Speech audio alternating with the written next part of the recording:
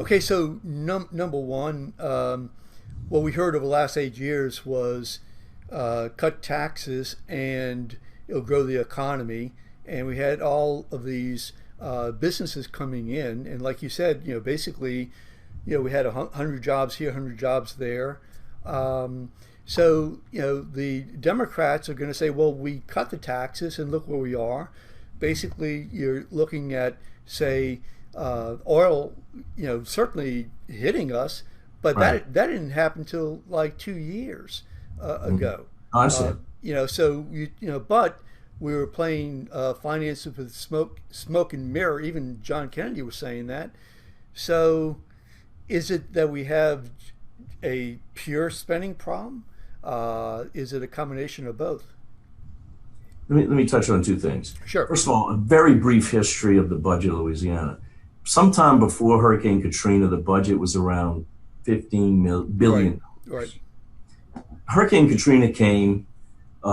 We got a massive spike of revenues to the state of Louisiana, some federal, some insurance money, and huge amounts of taxes. The legislature that was there just prior to my election went on a spending spree, and they spent like drunken sailors on using one-time money to fund recurring expenses. Now, starting 8 years ago, and this is a good thing that Jindal did, we started winding that down because the revenues were falling back to normal Sure. levels. About Uh, 2011, I would say. Whenever it was Yeah. sometime in there. Yeah. So the revenues are starting to fall, and we had to bring the expenses down. So we did that. That was a good thing. So today we're at a new normal. We have uh, oil at $53 today. It was back a few years ago, a couple of years ago, it was over 100, 110, 15. Yeah. 120 even. It's not going to go back there anytime. So in oil in and of itself doesn't represent a massive amount of our budget like it once did, but it represents jobs and business taxes, personal and business taxes coming from jobs. When the oil prices are low and there's no exploration, you lose all these jobs and you lose all these corporations. And so that we're not getting the cash. So now we're at a new normal. The state is at a new normal. That's the spending part. We need to align spending with revenue. That's what you're hearing out of the legislature. It's not just cut taxes. It's we shouldn't be spending in excess of what is a reasonable amount of revenue for the state of Louisiana based on the economy that we're living in. Okay?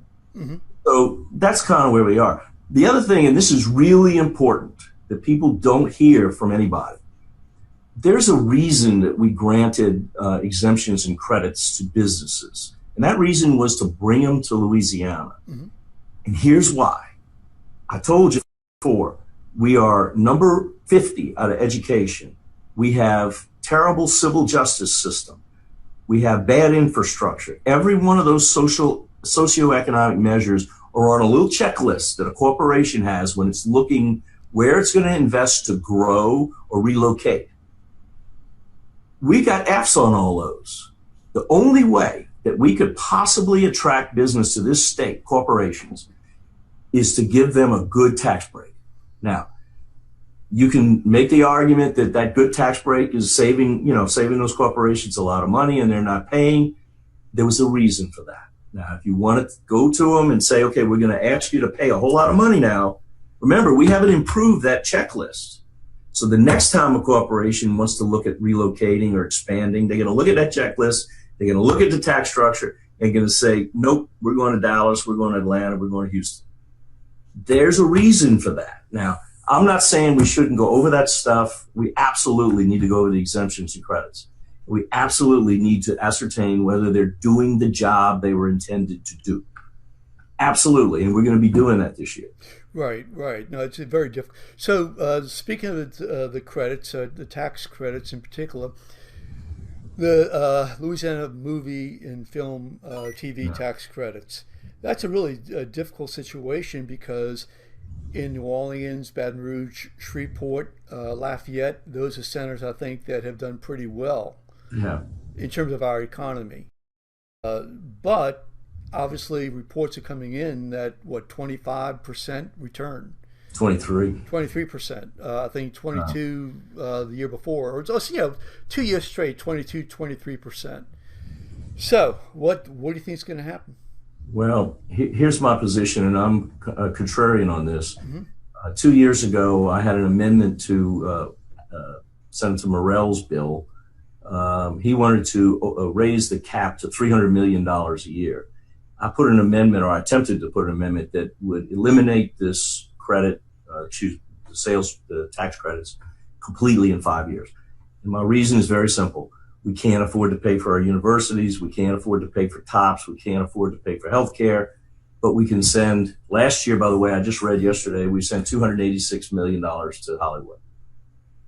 I can't justify that. So I know the people in my district, the people in my area all think it's a great thing. I will never support the film tax credits. Personally, this is me. Now, they're two distinct bills. Senator Morell has another bill to slightly tweak the program, which is currently capped at $180 million. And somebody else has another bill. Actually, it's three bills. Someone else has another bill to change the entire nature of the tax credit. And then Senator Leno, who's from Alexandria, has a bill to eliminate the tax credits. Okay. I'm just telling you where I'm coming from. Until we can pay for our kids to go to school, I'm going to support Senator Leno.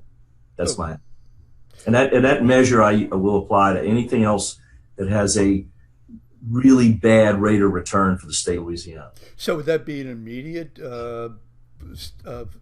ending the program, or is that? I think his bill is immediate. I don't know the details. I'm sorry. Mine was my amendment last year was to phase out in 5 years. Right. Is there a compromise position somewhere in there? Probably. Most states have set aside like $30 or $50 million for film. Only Georgia has stepped up with this massive tax credit like we had. Right. So that was the question I was going to ask you. Are you familiar at all with what Georgia is doing? Obviously, a lot of our films, the films that we were doing here, are there. So are they playing the same game we were playing? They are. Theirs is wide open as far as I know. They're spending hundreds of millions of dollars to attract them. And what they're going to find out is they don't bring permanency, the film industry. It brings intermittent jobs. And the people that have those jobs, they love it. I certainly can't knock them. But it doesn't bring permanency. Now, we have another aspect called digital media, which does bring permanency. Right. Actually, let me interrupt you there. That actually was my idea 13, 14 years ago. Yeah, that's great. And in 2005, was able to get Governor Blanco at the time, right before Katrina. Yeah. Before Katrina, to pass a law, and then helped the expansion in 2009, I think it was, or 2010. That's I think you're right. I think that's a totally different program. Go ahead. No, I was just going to agree. You should be very proud if you push that, because that one creates permanent jobs. It creates facilities. For instance, the MIM Center, which is part of UNO in Elmwood Park. That to me is the type of thing we should be supporting, because I think it'll have a good rate of return. It does create great jobs, and we can feed it from our universities. With me, the films are too, if you quit giving them hundreds of millions of dollars, they go to Georgia. Right. To me, that's not a good industry. That's not somebody that's loyal to your state and wants to set down roots. The big stars, they get the big money from us, and then they go back to San Francisco or Los Angeles. Right. Until we can pay for our kids to have a great college education and these other elements that we've got to do, I just can't support that kind of thing.